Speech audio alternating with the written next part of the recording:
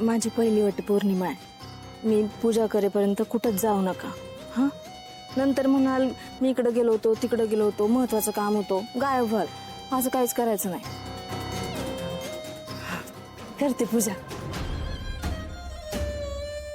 आप्पा तुम्ही इकडं काय करणार? हे बायकांचं पोरकळ चालू आहे, उगाच आपल्याला डांबून ठेवलेलं असतं. झाला आपण बसू तिकडे जाऊ. आमचं पण तेच आहे. चला काय जाऊया.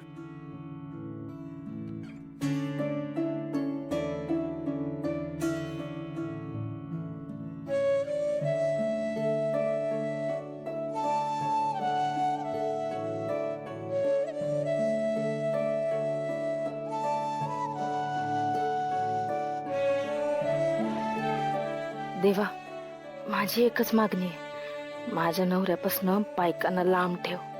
माझा नवरा कायम माझाच असू दे. ही माझ्यासाठी वडाची पूजा करतीये. अरे हिला कसं सांगू, हा देवी सिंग कधीच कुठल्या एका बाईचा नाही होऊ शकत. यांनी माझ्यावर भरभरून प्रेम करू दे.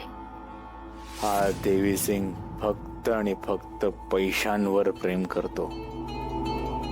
यांची बायको बनवून मला यांची सेवा करायची, यांच्यासोबत अख्खं आयुष्य घालवायचंय. कधी एकदा हिला कायमचा आराम देतो असं झालंय. आता यापुढे ही डोक्यात गेली तर मी शांत नाही बसणार. देवा, 7 जन्म मला हाच नवरा मिळू दे. माझ्यासाठी ह्याच जन्मी सगळ्या सुंदर बायका पण कमी पडतील, त्यात 7 जन्म एकच बाई, हे शक्यच नाही.